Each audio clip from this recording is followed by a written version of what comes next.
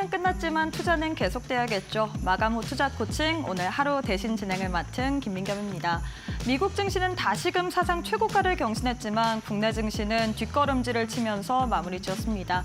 양 지수 모두 하락으로 마감을 했는데요. 과연 이렇게 약세장 속에서는 우리가 어떤 식으로 전략을 세워봐야 될지 오늘 시장 정리해보고 내일장 전략 미리 세워보는 시간 가져보도록 하겠습니다. 마감 후 투자 코칭은 이데일리 TV 유튜브 혹은 네이버를 통해서도 시청이 가능합니다.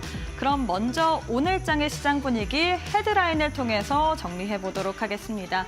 첫 번째는 지수 관련된 소식부터 전해드리도록 하겠습니다. 오늘 국내 증시 양지수 하락으로 마감을 했습니다. 코스피는 외국인과 기관의 양매도로 인해서 오늘장에서 0.55% 하락한 2,520선에서 마감을 했고요. 코스닥은 그래도 장 막판 들어서 기관이 매수로 돌아와주면서 오늘장에서 0.53% 하락으로 마무리 지었습니다. 두 번째 소식 국제유가로 준비를 해봤습니다. 지금 전쟁 관련된 리스크들이 어느 정도 좀 불식되고 있다라고 이야기를 해야겠죠. 이스라엘 헤즈볼라 휴전 기대 그리고 또 우크라이나 러시아 관련돼서도 휴전 가능성이 제시가 되면서 간밤에 국제유가가 3.2% 급락세를 보이면서 마감을 했습니다. 세 번째로는 방산주 소식 전해드리도록 하겠습니다. 지금 미국의 국방 예산 삭감 우려에 따라서 오늘장에서 방산주들 일제히 쉬어가는 움직임 가져갔습니다. 현대로템, 하나에어로스페이스 그리고 LIG넥스원 등 이렇게 굵직한 방산주들 또 하락세를 보이면서 마무리 지었습니다. 마지막으로는 알테오젠 소식 전해드리도록 할 텐데요. 어제장에서 두 자릿수 이상 급등세를 보였던 알테오젠이 하루 만에 하락으로 전환을 했습니다.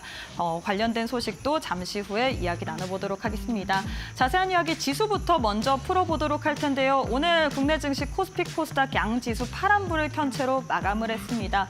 코스피 같은 경우에는 0.55% 하락을 하면서 2,520선, 그래도 21선에서는 안착하면서 마감을 했고요. 코스닥 같은 경우는 0.53% 하락하면서 693선에서 마무리를 지었습니다. 앞서 제가 종전 관련된 이슈로 인해서 국제유가가 하락세를 보였다라고 말씀드렸죠. 국제유가 하락으로 인해서 수혜를 받을 수 있는 업종 항공주였습니다. 오늘장에서 항공주들 일제히 상승 모멘텀으로 부각이 됐는데요. 여기다가 대한항공과 아시아나 12월 중으로 합병될 것이다 라는 긍정적인 모멘텀으로 인해서 오늘장 관련주들 더욱더 빨간불을 짙게 켜냈습니다.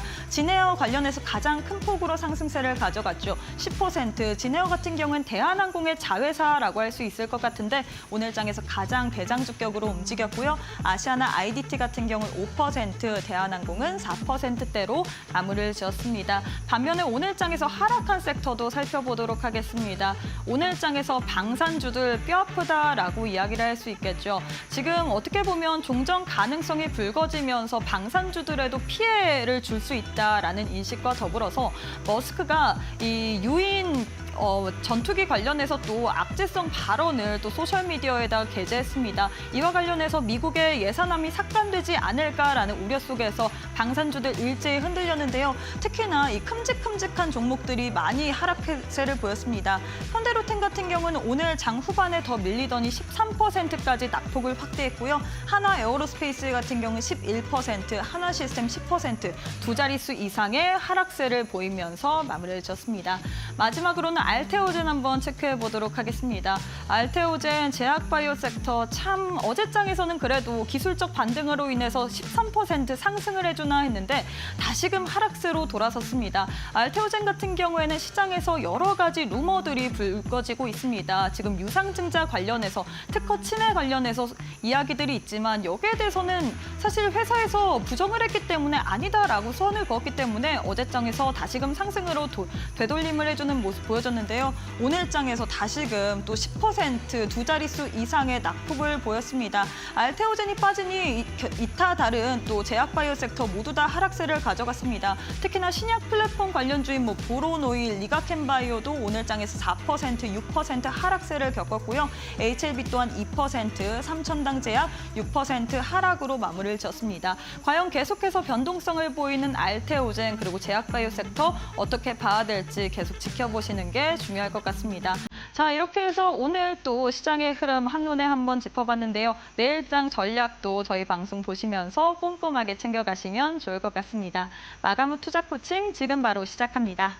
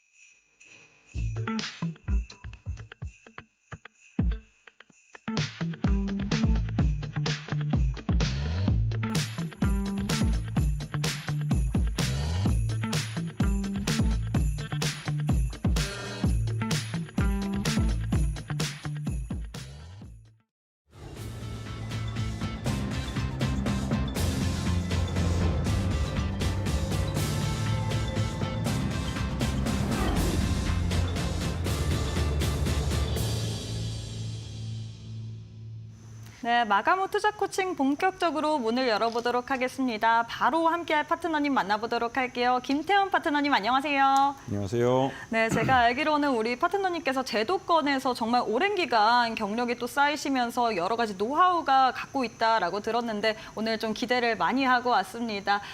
일단 우리 시청자분들께 인사부터 부탁드리도록 할게요.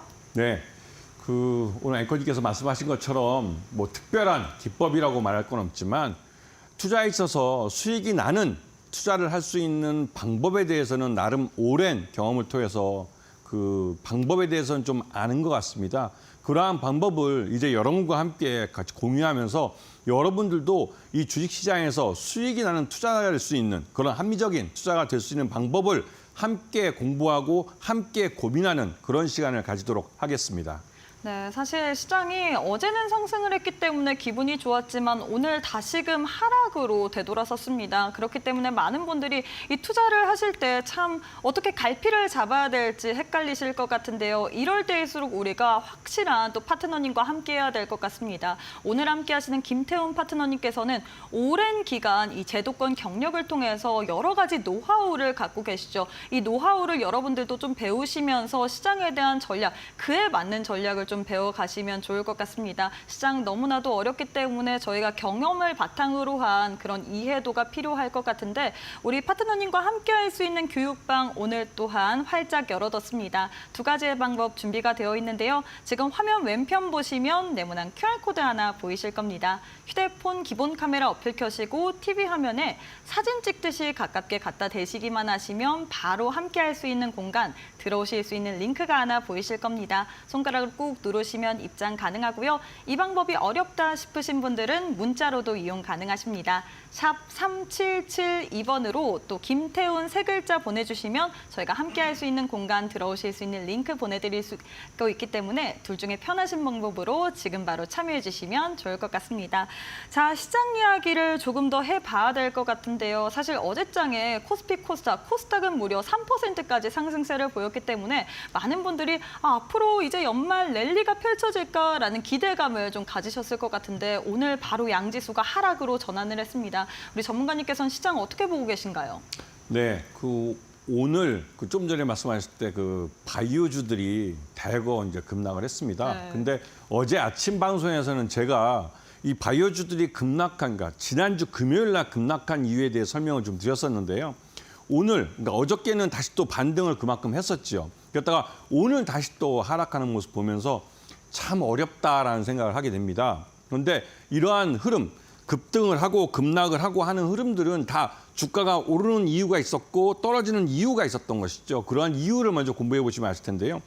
이 바이오주들은 기본적으로 우리나라에서 이제 성공한 바이오들이라고 불리는 업체들은 대부분 다 알테오젠이나 리가켄 바이오 같은 업체들은 대규모 라이센스 아웃을 해본 회사들입니다. 그래서 그 고객사인 해외의 빅파마들이 우리 알테오젠이나 리가켄의 기술을 높이 보고 그에 대해서 몇 조 단위의 이러한 라이센스 인을 해간 것이죠. 그런데 이렇게 라이센스 인을 해가기 위해서는 미국 빅파마들이 돈이 있어야 됩니다. 그러려면 자신들도 어딘가에서 R&D 비용을 벌어야 되는데요. 그렇게 하려면 미국 정부의 지원도 있어야 되고 또 미국 FDA에서 여러 가지 신약 개발하는 규제도 많이 해소되면서 투자금이 몰려야 되는데 그러한 부분이 앞으로는 좀 어렵지 않을까. 왜냐하면 이 미국 트럼프 2기에 입각하는 보건복지부 장관이 이 FDA에서 특히 신약 개발에 대해서 굉장히 엄격한 규정을 들이대는 사람입니다. 그러다 보니 이 백신 무용론자라고도까지 불리는 사람인데 그러다 보니 이 바이오 쪽에서 앞으로 당분간은 이 R&D 자금이나 이런 투자금들이 많이 줄어들지 않을까라는 우려 때문에 이 여파가 나비 효과가 돼서 우리나라 바이오 업체들까지도 이렇게 하락세를 나타나게 만드는 것이죠. 특히나 코스닥 시가총액 1위 업체인 이 알테오젠 같은 경우는 실제로 이번에 공시에서 RCPS라는 2천억 규모의 상환전환 우선주를 발행을 해서 자체 공장을 마련하려고 계획을 갖고 있다라고 검토한다는 사실까지는 공시를 통해서 알려놨습니다. 그래서 2천억 규모의 주식이 새로 늘어나게 되면 물론 당장 RCPS이기 때문에 당장 보통주로 나오는 건 아니지만 언젠가는 잠재적으로 이 주식이 보통주로 전환돼서 시장에 나올 수 있기 때문에 그만큼 주당 가치가 희석될 수 있는 것이죠. 그런 부분 때문에 이 바이오주는 이 알테오젠의 방향에 따라서 같이 휘둘려가는 측면이 있습니다. 그리고 여기다가 이 로봇주 같은 경우는 전반적으로 오늘 장에서 좀 고개를 좀 쳐드는 듯한 그런 모습을 보였는데요. 이 로봇주 같은 경우는 일론 머스크가 미국 시장에서 이 테슬라를 통해서 휴머노이드 로봇을 개발하고 있습니다. 그리고 이 개발하는 완성도가 높아지면서 테슬라의 그 공장에다가 휴머노이드 로봇을 투입해서 인간들과 함께 이 생산에 투입을 할 것이다라는 말들이 나오고 있죠. 그만큼 이 테슬라의 휴머노이드 로봇의 완성도가 높아졌다는 것입니다. 그런데 우리나라도 이런 로봇을 만드는 업체들이 있고 이족 보행 로봇을 만드는 회사들이 있습니다. 대표적으로 레인보우 로보틱스라고 삼성전자가 2대 주주로 있는 회사죠. 이 업체 같은 경우도 실제로 이 미국의 테슬라만큼 휴머노이드 로봇을 먼저 개발했기 때문에 좀 앞선 기술을 갖고 있는데요. 삼성전자도 이 이족 보행 휴머노이드 로봇을 언젠가는 이 공장에다가 직접 투입을 해서 인간과 함께 일을 시키는 날이 올 수도 있겠다는 생각도 듭니다. 그와 함께 이 로봇주들은 전반적으로 단순히 공장에서 일하는 산업용 로봇뿐만 아니라 우리 생활의 서비스 로봇으로서 우리 생활 속에 깊숙이 들어올 수 있는 그런 날들이 점점 다가오고 있는 것이죠. 로봇 산업 전체에 걸쳐서 이 외부에서 R&D 자금이 많이 들어올 뿐만 아니라 대기업들이 여기다 투자를 하고 있습니다. 레인보우 로보틱스는 삼성전자가 투자를 해줬고요. 현대차 같은 경우는 미국의 이런 보스턴 다이내믹스 같은 업체를 아예 인수를 해버렸습니다. 그렇듯이 대기업 자금들이 이런 로봇 산업에 계속 투자가 되고 있기 때문에 로봇 쪽은 항상 관심을 갖고 보셔야 되는 것이고, 그리고 엔터주들은 이번에 한알령을 해지할 수 있다는 말이 또 나왔습니다. 아주 지겹도록 말이 나오는데요. 그런데 이번에는 좀 중국과 우리나라 그러니까 한중 정상끼리 만나서 얘기하는 내용이 그나마 좀 우리 양국 간의 관계가 좀 좋아지지 않을까라는 희망을 갖게 하는 그런 말들이 나오고 있습니다.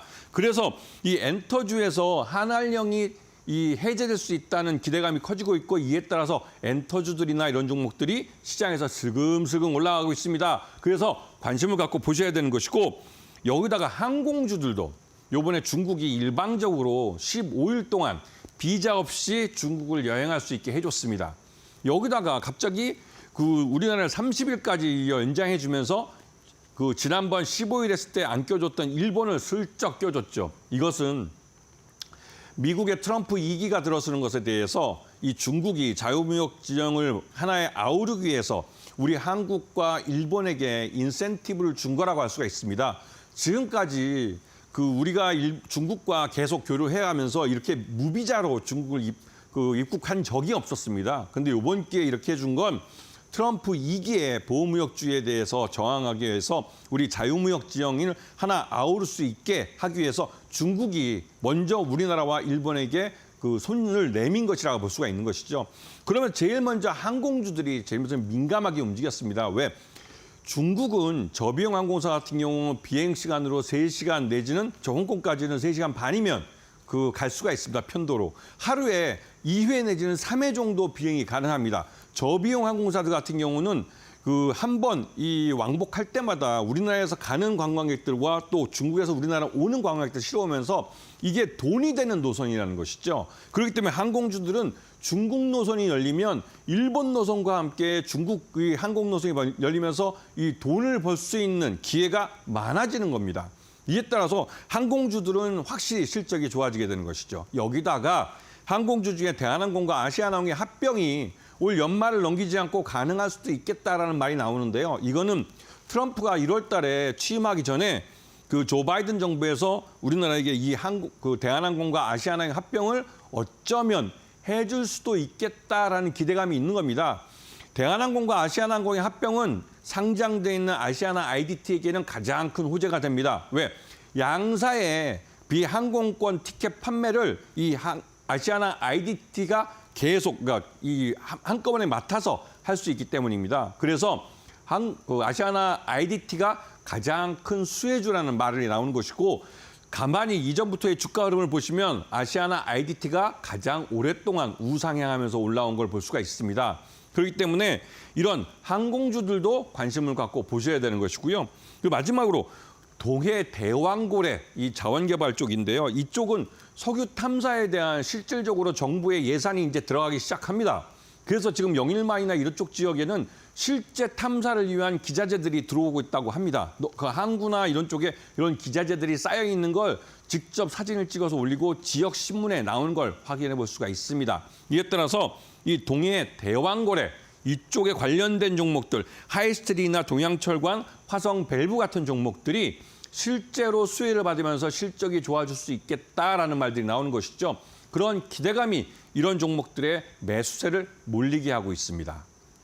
네, 이렇게 시장 전반적으로 분석 도와드렸는데 우리 전문가님의 이런 분석을 들어보니까 정말 깊이가 남다른 것 같습니다. 이 경력 연차가 괜히 쌓이는 게 아니죠. 그만큼 시장을 보실 때 면밀하게 분석을 하시고 이 종목 왜 떨어졌는지, 이 섹터가 왜 상승 나왔는지 정확하게 분석을 해주시는 분이 바로 우리 김태훈 파트너님이신 것 같습니다.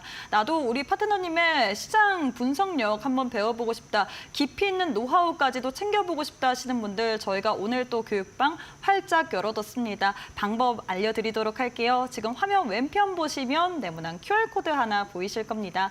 휴대폰 기본 카메라 어플 켜시고 TV 화면에 사진 찍듯이 가깝게 갖다 대시기만 하시면 바로 입장이 가능하시고요. 이 방법이 어렵다 싶으신 분들은 문자 샵 3772번으로 김태훈 세 글자 보내주시면 저희가 함께 할 수 있는 공간 오실 수 있는 링크 하나 보내드리고 있습니다. 둘 중 평안하신 방법으로 입장하셔서 우리 파트너님과 함께 기본기에도 충실하면서 시장 면밀하게 분석하시면 좋을 것 같습니다. 자, 이어서 강의 시간으로 넘어가 보도록 할 텐데요. 오늘 장에서는 어떤 강의 들고 오셨을까요?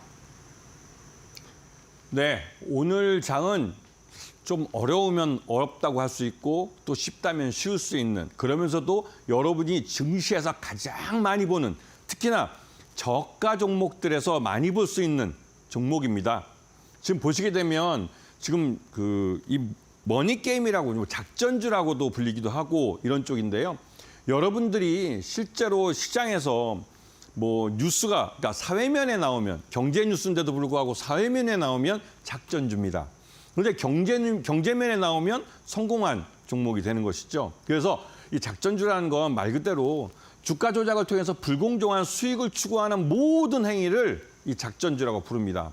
그리고 실질적으로 시장에서 인기 있는 테마를 이용해서 갑자기 졸지에 전혀 다른 사업을 하던 기업이 이런 이 시장에 인기 있는 그 테마의 신규 사업으로 이 사업 목적을 추구하면서 뛰어든다거나, 실제로 이게 이제 대기업보다는 중소기업, 특히 코스닥 종목에서 이런 일이 벌어지면 일단은 색안경을 끼고 보셔야 되는 것이죠. 그리고 M&A나 또는 A&D 같이 경영에 큰 변화가 일어나는 경우, 이럴 경우에는 실제로 앞에 말씀드렸던 사업 목적을 추가해서 이러한 일들이 벌어집니다. 그러면 실질적으로 주가도 이럴 때 이제 주가 많이 밀어 올려져서 급등하는 경우를 볼 수가 있는데요. 그런 것에 대해서 작전주를 여러분들이 보시다 보면 이런 종목들은 작전주다라고 한번 일단 50% 정도는 의심해서 보시는 게 좋습니다. 주가가 오르면 다 좋다고 생각하시는 투자자분들이 있어요. 하지만 주가가 오르는데도 합리적인 이유가 있어야 됩니다. 그저 막연한 기대감으로 주가를 밀어 올리는 것은 결국은 실적이라는 게 뒷받침되지 않기 때문에 처음 움직인 그 자리로 언젠간 다시 돌아옵니다. 그런 종목이 바로 작전주입니다. 대부분의 개인 투자자들은 그러한 주가 급등하는 빨간불, 장대 양봉만 보시면서 거기에 흥분해 보시면서 거기에 모두 올인하면서 이 종목에 대해서 거의 마법에 걸린 것 마냥 뛰어드는데요. 결국은 그 상투에 물려버려서 결국 하루하루 그 상투 가격에서 멀어지고 있는 자신의 그 주식의 그 원가를 계속 이제 현재가죠. 현재가가 낮아지는 걸 보면서 속수려하는 것이 대부분의 개인 투자자들입니다. 그래서 작전주는 반드시 공부를 하고 이러한 종목들이 시장에 많구나 하는 걸 인식하시고 시장에 투자를 하셔야 되는 것이죠. 자, 보시면 이런 작전주가 가능하게 되는 가장 대표적인 이유는 바로 정보의 비대칭성이라는 겁니다. 이 말 자체는 저도 이제 한 30년 전에 처음 대신권에 입사를 할 때 그때 이제 이 정보의 비대칭성이라는 말을 처음 들어봤어요. 이게 증권회사, 그러니까 증권 시장의 전문 용어입니다. 비대칭이라는 건 말 그대로 대칭은 평평한 거지만 비대칭은 어느 쪽 한쪽으로 기울었다는 것이죠. 이거는 누군가는 정보의 양이 많고 누군가는 정보의 양이 적기 때문에 이 양쪽 사이에서 정보의 양이 많은 사람은 그만큼 자기가 투자하는 종목에 대한 신뢰감이 많기 때문에 좀 더 자신 있게 매수를 주문을 낼 수가 있습니다. 그리고 좀 더 자신 있게 그 종목을 오랫동안 끌고 갈 수가 있는 것이죠. 오랫동안 끌고 가는 동안 주가는 계속 오르기 때문에 여기서 자신 있게 투자하는 나중에 여기서 빨간 장대양으로 나오면서 개인 투자자들이 달려들 때 팔고 나올 수 있는 겁니다. 정보의 비대칭성에서 정보가 적은 투자자들은 결국은 주가가 오르는 걸 바라만 보다가 마지막에 장대양봉이 나오는 모습을 보면서 거기에 마법에 걸리는 양 막 홀라당 뛰어드는 것이죠. 결국은 상투에 물리는 것이고요. 그렇게 만드는 이유가 바로 정보의 비대칭성에 있는 것입니다. 그렇기 때문에 이러한 작전주들은 그런 정보의 비대칭성을 인위적으로 만들어서 개인 투자자들을 유혹을 하는 것이죠. 그래서 공부를 해본 투자자와 공부를 안 한 투자자는 결국 수익으로 그 차이를 절감하게 되는 겁니다. 아시겠죠? 자, 이제 다음 페이지로 넘어가서 시장에서 인기 있는 테마를 이용한 작전주라는 게 무엇인가? 이 부분에 좀 공부를 해보겠습니다. 시장 내 인기 있는 테마주에 편승하는 것, 이것은 그 작전주들이 대표적으로 가장 많이 쓰는 수법이기도 하고 자신들이 매집이 끝났을 때 개인 투자자들을 유혹할 때 쓰는 방법이기도 합니다.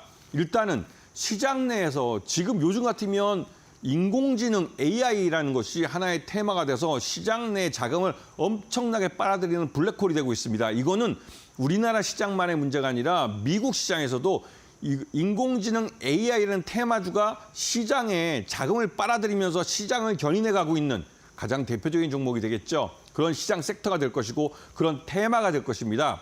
여기에 많은 개인 투자자들은 그게 인공지능의 무엇인지도 모르면서 인공지능 AI라는 딱지가 딱 붙어 있으면 묻지도 따지도 않고 사버립니다.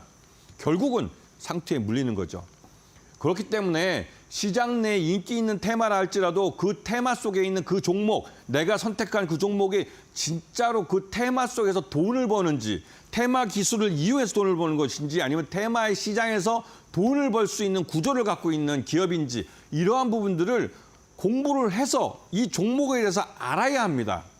이거는 개인 투자 스스로가 정보의 비대칭성을 해소하기 위해서 스스로 노력하는 방법이기도 하죠. 대표적으로 최근 들어서 이런 종목들은 이제 신규 사업이나 아니면 M&A, 해외 사업가의 제휴 같은 형태를 통해서 이러한 종목들이 이 투자자들을 유혹을 합니다. 요즘 들어서 우크라이나 재건 사업, 언제 끝날지도 모르는 러우 전쟁이 내일 모레 끝날 것처럼 특히나 요즘 트럼프가 내일 모레 1월 달에 이제 그 취임식을 하면 곧바로 우크라이나 전쟁이 러우 전쟁이 끝날 것 같은 그런 생각이 들고 있습니다. 하지만 지금 최근 들어 뉴스는 러시아와 우크라이나가 더 치고받고 싸우죠. 물론 1953년인가요? 우리 한국 정전 마지막에 휴전협정을 하기 전에 고지전이라는 영화 속에 보시게 되면 그때도 한 치의 땅을 더 차지하기 위해서 치열하게 싸우는 걸 볼 수가 있습니다. 그런 현상이 지금 우크라이나에서 벌어지고 있다는 말도 있죠. 하지만 물론 그 우크라이나와 러시아 간에 물밑에서 이런 휴전을 위한 협상이 이루어지고 있는지는 아직까지는 불확실합니다. 하지만 이 트럼프 자체가 이 우크라이나의 젤렌스키 대통령이나 이 러시아의 푸틴 대통령에게 직접 전화를 걸어서 이제 전쟁을 끝날 때가 됐다는 것을 분명히 말을 하고 있고 그러한 노력들이 모여서 트럼프가 취임했을 때 러우 전쟁이 끝날 수 있다라는 말들이 나오고 있고 실제로 이 우크라이나에 전비를 대주고 있고 무기를 제공해주고 있는 이 유럽 국가들과 미국 내에서 여론도 이제 전쟁은 그만하자라는 말들이 좀 목소리에 힘이 들어가고 있습니다. 특히 이번 대선에서 이 러우 전쟁을 계속해야 된다라는 쪽하고 러우 전쟁을 이제 끝내겠다는 트럼프하고 여기서 미국 유권자들은 러우 전쟁을 끝나라는 쪽을 선택을 했죠.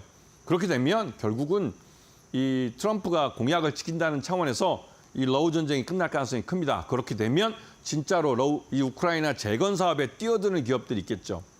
여러 기업들이 있었습니다. 뭐 삼부토건이라는 회사도 있었고 또 HD, 현대, 중공업 쪽이죠. 이쪽에는 실제로 건설 장비들을 갖고 있는 그런 회사들도 있기 때문에 실질적으로 이런 우크라이나 재건 사업에서 수익을 볼 수도 있습니다. 그리고 다산 네트워크라는 회사는 통신 장비 쪽을 갖고 있기 때문에 우크라이나에 파괴된 통신 장비 또 전력망을 복구하는데 또 많은 기여를 할 수 있는 회사들입니다. 이런 회사들이 우크라이나 재건 사업에 참여를 할 수가 있는 것이죠. 하지만 지금 삼부토건 같은 경우는 지금 직원들 월급도 제대로 못 줘서 지금 언제 이 회사가 부도날지도 모르는 그런 말들이 나올 정도로 거기다가 지난 반기 때는 감사 의견 자체도 제대로 받지를 못했죠. 그런 문제 때문에 내년 그 3월 달 정기 주총 때 감사 의견을 못 받을 수 있다는 불안감도 있습니다. 그렇다면 그런 회사가 삼부토건이 과연 우크라이나 같은 해외 사업을 할 수 있을까요? 그렇게 생각되지는 않습니다. 그렇기 때문에 이 우크라이나 재건 사업 내에서도 진짜로 우크라이나에 가서 우크라이나의 어떤 그 건설이나 아니면 사업 복구 작업이나 이런 데 실제로 할 수 있는 기업과 그걸 하겠다고 의지는 나타냈지만 할 능력이 안 되는 업체하고는 분명히 시간이 지날수록 주가가 달라질 수가 있는 것이죠. 그렇기 때문에 개인 투자자들은 여기에서 이런 종목들을 개별적으로 공부를 열심히 하셔야 됩니다. 개별 종목에 대해서 내가 알아야만 시장 변화에 대해서 내가 선택한 종목이 어떻게 대응을 하고 그 시장에서 돈을 벌 것인지 그걸 알 수가 있는 것이죠. 하지만 막연한 기대감만 갖게 하는 종목들, 이런 종목들이 결국은 작전주가 되는 경우가 있는데요. 그런 종목들을 특히 조심하셔야 됩니다. 왜? 작전주도 작전 초기에는 주가가 오릅니다. 그것도 아주 많이 오릅니다. 그렇기 때문에 그렇게 많이 오르는 건 이미 그전에 상당 기간 동안 이 주식을 사 모았다는 것이죠. 상장된 주식은 최대주 특수관계인 빼고 나머지 주식들은 딱 정해져 있습니다. 그 종목들을 싹쓸이해버리면 결국 유통 주식이 없어서 주가는 마음대로 끌어올리는 쪽에서 마음대로 땡길 수가 있는 것이죠. 그리고 나서 그런 장대양봉의 빨간색을 보고 개인 투자자들이 말 그대로 좀 흥분했을 때 거기다가 던지고 빠져나오는 게 작전 세력들의 주요한 작전의 모습이라고 할 수가 있는 것이죠. 그래서 이러한 종목들을 그 신규 사업이나 M&A 해외 사업을 통해서 새로운 신규 사업을 이제 진출해서 신규 사업 하겠다는 종목들, 이런 종목들은 일단은 선글라스 끼고 색안경을 끼고 보셔야 되는 겁니다. 그리고 바이오 신약 개발이 또 많이 이용되는데요. 바이오 신약 개발이 많이 이용되는 것은 이게 바이오 자체가 신약 개발이 굉장히 어려운 부분이기 때문에 그렇습니다. 그렇듯이 인기 테마로 주가가 상승한 이후에 특히 전환사채나 신주인수거부사채, CB나 BW 등을 발행해서 시장에서 자금을 모집을 하고 하는 종목들은 더더욱 조심하셔야 됩니다. 전환사채나 신주인수거부사채나 모두 지금 시장에서 주식을 산 투자자보다 더 싼 가격에 이 주식을 확보할 수 있는 투자하고 더 많은 주식을 한꺼번에 가질 수 있는 투자입니다. 그런 투자와 시장에서 직접 주식을 산 나와 과연 같은 공정한 그 스타트 라인에서 경쟁한다고 할 수 있을까요? 그렇지 않습니다. 그렇기 때문에 인기 테마로 주가가 상승한 후에 전환사채나 CB를 발행한 업체들은 일단 색안경을 끼고 보셔야 되는 것이죠. 이건 모두 개인 투자자의 혹시나 하는 기대감을 이용하는 그런 작전주들의 일환입니다. 또 한편으로 M&A를 이용한 작전주가 있습니다. 이거는 말 그대로 M&A는 경영권이 바뀌는 가장 큰, 회사로서는 가장 큰 경영의 변동이 오는 그런 시기입니다. 그럴 때 이 국내의 비상장사를 인수한다고 해서 신규 사업을 진출하겠다, 이러한 것으로 포장을 하는 그런 회사들이 있습니다. 지금도 공시 내용들을 쭉 찾아보시면 해외에 이런 그 M&A를 통해서 해외 어떤 법인을 인수하는데 해외 기업체를 인수하면서 신규 사업으로 어떤 시장에 진출한다, 아니면 신기술을 확보한다, 막 이런 회사들. 이게 대부분 바이오 신약 개발이나 아니면 해외 자원갑을 해서 해외 금광을 개발한다, 해외 리튬을 광산을 산다, 이런 것들인데 실제로 제대로 되는 업체들은 별로 없는 것 같아요. 온라인이나 오프라인에서 이런 가짜 뉴스들이 많이 유포되고 하면 더더욱 조심하셔야 되는 것이죠. 자, 그리고 머니게임 작전주라는 게 있습니다. 머니게임은 돈 놓고 돈놀이라고 하는데요. 온라인이나 오프라인에 가짜 뉴스들이 많이 유포되는 게 있습니다. 그런데 가짜 뉴스라는 게 이게 어떤 게 진짜고 어떤 게 가짜인지 모르지 않습니까? 이거는 객관적으로 이 신문이나 이런 것들을 많이 보겠지만 비교해서 볼 줄 아셔야 돼요. 다 하나의 기사만 보지 마시고 여러 신문에서 나오는, 또 경제지에서 나오는 이러한 동일한 회사에 대한 뉴스들을 교차해서 보셔야 됩니다. 그리고 정부 또는 대기업이 투자하는 사업이라고 포장되는 이런 종목들, 진짜 정부가 투자를 하는지 아니면 대기업이 진짜로 이런 데에 투자를 하는지 꼭 체크해 보셔야 되고, CB나 BW를 발행해서 타인 자본을 이용해서 이러한 사업을 하려고 하는, 결국은 이게 무자본 M&A로 가는 경우가 있습니다. 그래서 이런 부분들을 조심하셔야 되는 것이죠. 자, 그리고 바이오 신약 개발 작전주들은 대부분 다 이 바이오로 신약을 만든다는 게 일반인들이 알기 어려운 굉장히 어려운 기술적인 용어도 나오고 전문 용어도 많이 나오는 그런 분야입니다. 그러다 보니 이 신약 개발에 관해서 지금 뭐 신약 개발 R&D를 진행하고 하는 데 대해서 뉴스는 많은데 일반적으로 공시 내용도 그렇고 개인 투자자들이 봐도 모르는 내용들이 많아요. 이게 지금 시장 거래소에서도 이러한 공시 내용이 너무 어렵다고 바이오 쪽은 이 공시 내용에 대해서 일반 개인 투자자들이 잘 이해할 수 있도록 쉬운 용어로 쉽게 쓰라고 권고를 하고 있지만 바이오 업체들은 대부분 다 자기들이 쓰던 편한 언어도 자기들이 쓰던 원래 전문 용어를 갖고 그냥 공시를 해버립니다. 그러다 보니 돈을 내고 투자하는 투자자 입장에서는 솔직히 말해서 기분 나쁘죠. 내가 투자자인 내가 알아듣지도 못하는 내용을 공시라고 해서 이게 임상이 성공한 건지 실패한 건지도 모르게 그렇게 포장을 하고 있으니 말입니다. 이런 종목들은 대부분 다 뭐 말 그대로 이제 아직까지는 상장돼서 거래되고 있지만 작전이라고 생각하시면 됩니다. 왜? 실질적으로 진짜 제조업에서 이런 개인 투자자들이나 이런 투자자들을 모으기 위해서는 최대한 자신들의 사업 구조를 간단하게 만들어서 일반 투자자들이 이해하기 쉽게 설명하려고 합니다. 그래야만 투자자들이 투자를 해주고 나중에는 유상증자를 할 때 투자자로 이제 들어와 줄 수 있기 때문에 그렇죠. 바이오주들은 또 그런 면에서는 굉장히 인색하고 좀 친절하지 않은 회사들입니다. 그러다 보니 이러한 특징을 이용해서 왜 이런 바이오 회사들을 경영하는 최고 경영자나 아니면 여기에 들어가는 이제 주요 경영진들이 대부분 다 박사님들 이런 분들이 많습니다. 그런데 자신들이 이제 대학에서 하던 게 이제 계속 이런 바이오 쪽 공부만 하던 분들이라 실제로 이 시장을 잘 모르면서도 어찌어찌 하다 보니까 상장까지 해버리신 거죠. 그래서 그게 하루아침에 그 태도가 변하지 않습니다. 저도 바이오 쪽에 있는 이런 박사님들하고 얘기하다 보면 막 적어왔다가 나중에 그거를 이제 네이버 같은 데 물어봐서 이 용어들을 이해하고 해서 그런 종목들을 이해합니다. 그래도 모르겠어요. 그래서 바이오 쪽은 투자하기 진짜 어렵습니다. 그런데 바이오 신약 개발할 때 조심해야 될 것은 여기서 해외 학회나 또 전시회 같은 데 참가를 해서 논문을 발표한다는 공시를 많이 보셨을 거예요. 그리고 이런 논문 발표가 어떤 그 회사의 실적이나 이런 거에 의미 있는 것처럼 막 포장이 돼 있지만 이 부분은 철저하게 비용을 들여서 그냥 해외에 나가서 이런 참가를 한 것일 뿐입니다. 돈 버는 것과 전혀 관여가 없는 것이죠. 물론 나중에 이러한 논문이 어떤 기술 특허를 내거나 해서 이게 라이센스 아웃할 때 도움이 된다면 그걸 좋겠지만 대부분 거기까지 가기에는 너무 먼 시간이 걸리는 거고요. 이렇기 때문에 이런 학회나 전시에 참여한다고 해서 포장되어 있는 것들은 좀 조심하셔야 됩니다. 아시겠죠? 그래서 이 바이오 연구의 진실성과 가치 확인이 어렵기 때문에 그렇기 때문에 라이센스 아웃을 한 업체들을 찾는 겁니다. 아시겠죠?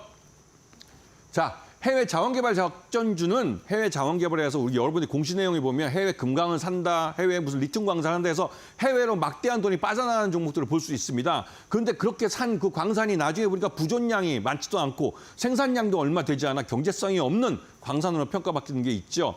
그렇기 때문에 이러한 해외 광산을 인수한다, 무슨 뭘 산다 해서 포장되어 있는 종목들은 그게 부존량이 얼마고 경제성 가치가 있는지를 좀 확인해 보셔야 돼요. 작전주 관련해서 또 이야기를 해주셨습니다. 사실 많은 투자자분들이 작전주 이야기는 들으셨겠지만 우리 투자자분들께서는 작전주에 대한 정확한 정의 그리고 어떤 식으로 움직이는지 잘 모르시잖아요. 여기에 따라서 우리 노하우 있는 또 우리 김태훈 파트너님과 함께 하시면서 작전주 혹은 이런 시장에서 있는 개념에 대해서 좀 더 배워가시면 좋을 것 같습니다. 지금 하단에 QR코드 하나 보이실 텐데요. 휴대폰 기본 카메라 어플 켜시고 TV 화면에 가깝게 갖다 대시기만 하시면 바로 입장 가능합니다. 혹은 문자 샵 3772번으로 김태훈 세 글자 보내주시면 저희가 또 동일하게 함께할 수 있는 공간 들어오실 수 있는 링크 보내드리고 있기 때문에 오늘 강의 추가적으로 난 더 깊게 심도 있게 배워보고 싶다 하시는 분들 함께해 주시면 좋을 것 같습니다. 자, 이렇게 해서 저희가 작전주에 대한 강의를 들어봤는데요. 혹시 이런 종목에 이 작전주에 대한 예시 종목이 있을까요, 전문가님? 네. 작전주를 설명드리기에는 시간이 너무 적은 것 같습니다. 그래서 일단은 이런 내용들을 나중에 요 시간이 끝나고 따로 시간을 내서 한번 다른 이 장외에서 이제 설명드리는 시간이 있을 것 같고 우선은 이 사례를 갖고 좀 설명을 드리고 싶은데요. 이 현대사료라는 업체입니다. 이 업체는 실제로 이 지금 거래가 정지돼 있는 상태인데 이 회사는 실제로 서울 남부지검에서 여기 경영진들을 작전 세력으로 해서 이 기소를 한 종목입니다. 그런데 보시면 아시겠지만 크게 쌍봉을 그리고 있어요.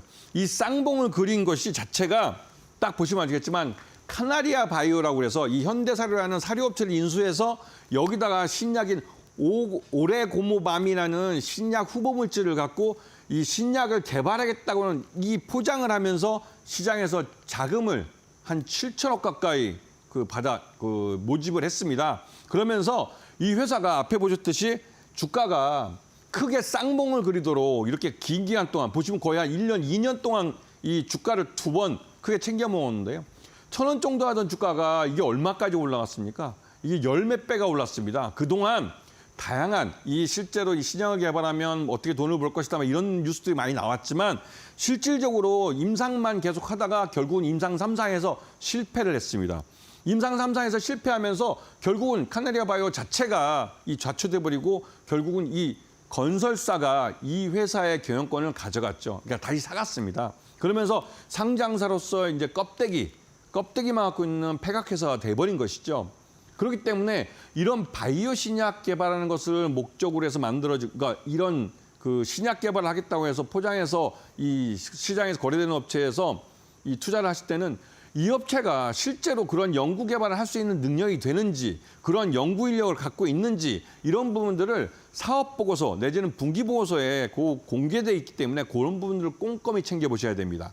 그리고 이런 회사들, 신약 개발하는 회사들이 이 시장 내에서 전환사채를 무분별하게 이 회사가 지금 전환사채를 10몇 번을 발행을 했어요. 지난 2년여 동안.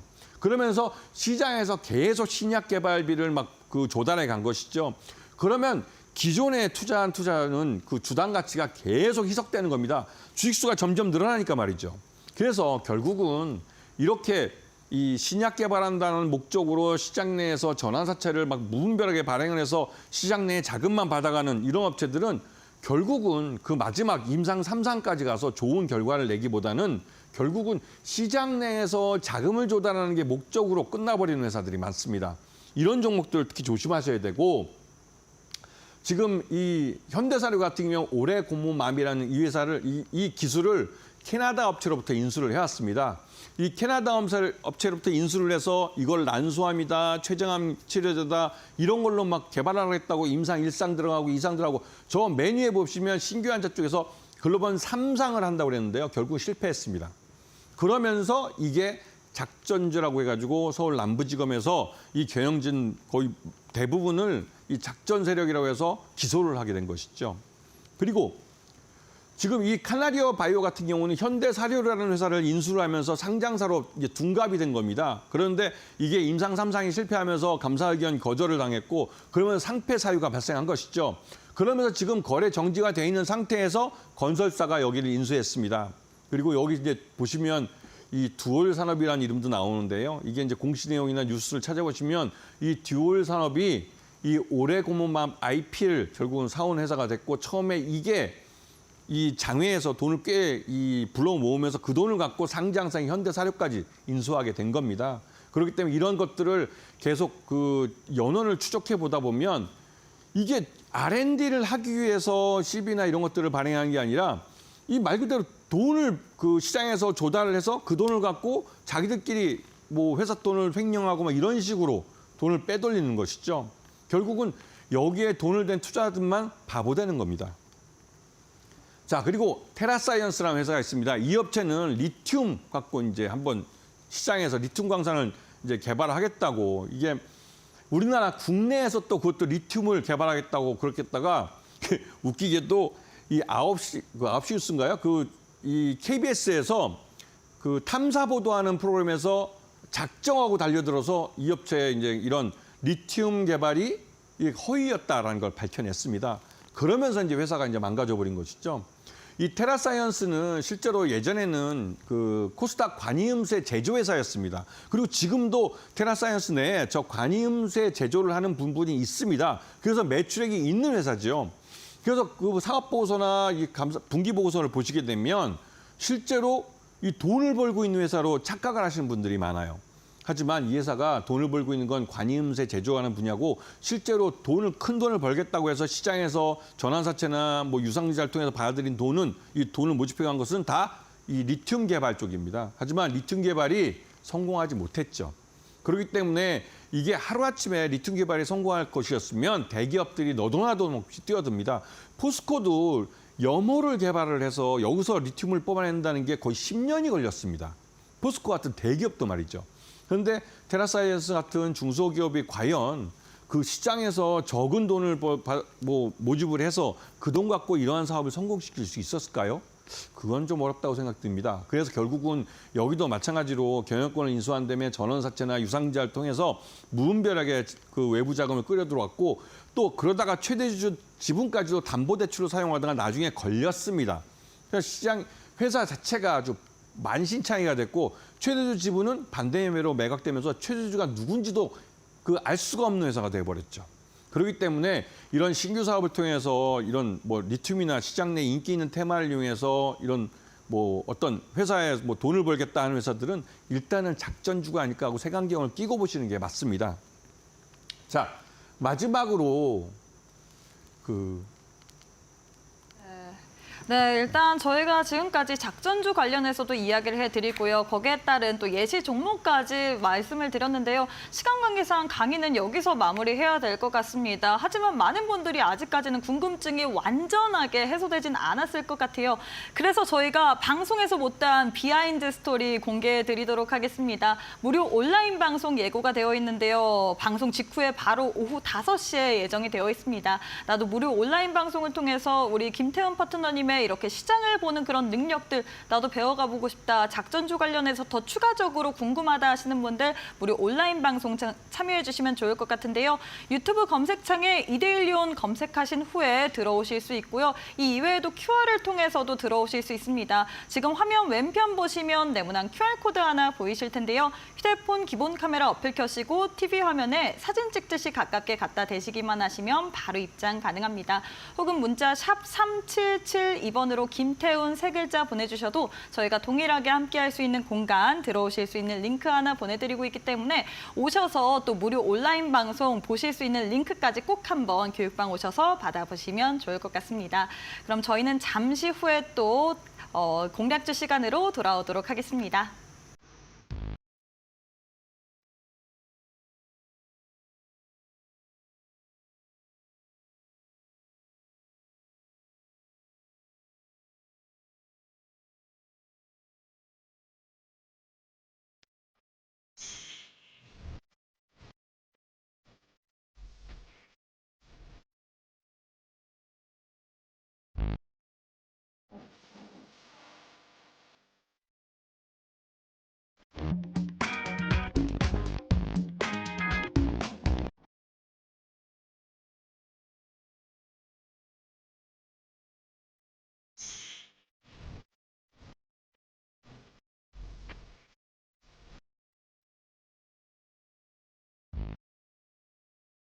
네, 본 방송에 대한 정보는 투자 판단에 대한 조언일 뿐 해당 종목의 가치 또는 상승 하락을 보장하지는 않습니다. 이 점 꼭 참고해 주시면 좋을 것 같습니다. 자, 이렇게 해서 저희가 강의를 마무리해 봤는데 오늘 강의 내용을 바탕으로 또 공략주를 들고 오셨다고 해요. 어떤 공략주 들고 오셨을까요? 네, 그 시장에서 말도 많은 HLB를 갖고 왔습니다. 이 HLB는 작전주라는 게 아닙니다. 다만 이 회사가 굉장히 위험한 바이오 신약 개발이라는 것을 하고 있기 때문에 그 위험한 걸 갖고 사업을 하다 보니 작전주로 많이 오해받기는 하죠. 왜 특히 리보세라닙이 예전에 몇 년 전에 미국 임상 3상을 실패했습니다. 그러면서 주가가 아주 폭락을 했죠. 그 이후에 중국 임상을 재추진하고 있고 지금 현재는 중국 항서제약의 카렐리주맘이라는 것과 병용해서 함께 쓰면서 이러한 신약으로서의 효능을 검사받고 있습니다. 그래서 임상 3상 결과를 이번에 보고를 하는데요.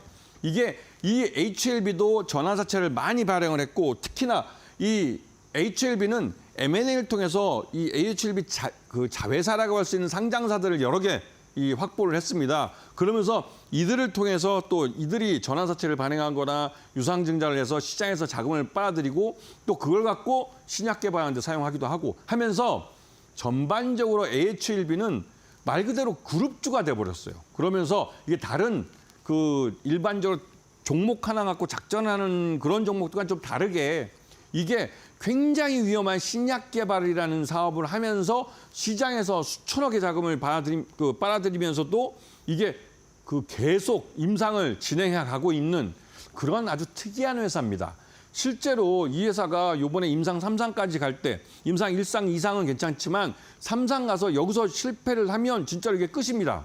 그렇기 때문에 임상 3상에서 여러 차례 미국 임상도 했고 중국 임상도 하고 있고 이거에 대해서 미국 FDA와 여러 번 교류를 하면서 여러 차례 이런 단계를 거쳐 가면서 이 부분들을 모두 생방송하듯이 투자자들한테 모두 알리면서 이 HLB가 신약을 개발하고 있습니다. 그래서 과연 리버세라닙이 그렇게 개발돼서 간암 치료제로서 이게 어느 정도의 가치를 갖고 있는지는 아직 모르겠습니다. 다만 굉장히 힘들게 개발을 하고 있다는 것이고요. 그 과정에서 이 회사는 지금 현재 한 7만 5천 원대, 7만 원대에서 7만 5천 원 사이에 주가가 존재하고 있습니다. 그리고 이 회사는 7만 원이 깨지면 또 충격파가 올 수 있어요. 특히나 여기 임상 3상에 대한 악재가 나오면 바로 폭락을 합니다. 그 대신 이게 또 임상 3상에 대한 긍정적인 뉴스가 나오면 또 아주 폭등을 해버려요. 그렇지 굉장히 리스크한 종목이기도 하고 하지만 이게 지난번에 그 전고점인 12만 원까지는 이번 임상 3상 특히 미국 FDA와 이번에 굉장히 관계를 좋게 맺으면서 이러한 임상을 해가고 있는데요. 이게 긍정적으로 나오면 직전 고점인 12만 원까지도 갈 수 있는 그런 종목으로 판단되고 있습니다. 그래서 마지막 공략주로 HLB 드렸습니다. HLB 매수가 7만 5천 원, 목표가 12만 원, 손절가 7만 원 제시를 해드렸는데요. 이 종목에 대해서 내일장부터 함께 공략을 해보고 싶다, 방송에서 못다한 이야기 나도 추가적으로 들어보고 싶다 하시는 분들 저희가 비하인드 스토리 공개하도록 하겠습니다. 방송 직후에 오후 5시에 여러분들과 함께 또 무료 온라인 방송을 통해서 한번 이야기 나눠보도록 할 텐데요. 유튜브 검색창에 이데일리 온 검색하시면 바로 또 참여가 가능합니다. 이 방법이 어렵다 싶으신 분들 또 교육방 입장하시면 저희가 편하게 보실 수 있게 링크 하나 올려드릴 테니까요. 교육방으로 입장해 주시면 좋을 것 같습니다. 지금 화면 왼편 보시면 네모난 QR코드 하나 보이실 겁니다. 휴대폰 기본 카메라 어플 켜시고 TV 화면에 사진 찍듯이 가깝게 갖다 대시기만 하시면 바로 또 입장 가능한 링크 보이실 텐데요. 손가락으로 꾹 누르시면 입장이 가능합니다. 이 방법 이외에도 문자 샵 3772번으로 김태훈 세 글자 보내주시면 저희가 함께할 수 있는 공간, 오실 수 있는 링크 보내드리고 있기 때문에 둘 중에 편하신 방법으로 오셔서 꼭 한번 방송 이후에 또 오후 5시에 예정되어 있는 무료 온라인 방송까지 시청해 주시면 좋을 것 같습니다. 자, 파트너님 저희가 시간 관계상 여기서 마무리해야 될 것 같습니다. 오늘도 너무 수고 많으셨습니다. 네, 저희가 준비한 내용은 여기까지입니다. 저희는 내일 이 시간에 또 여러분들과 함께 유익한 내용으로 함께 해보도록 하겠습니다. 시청해주신 여러분 고맙습니다.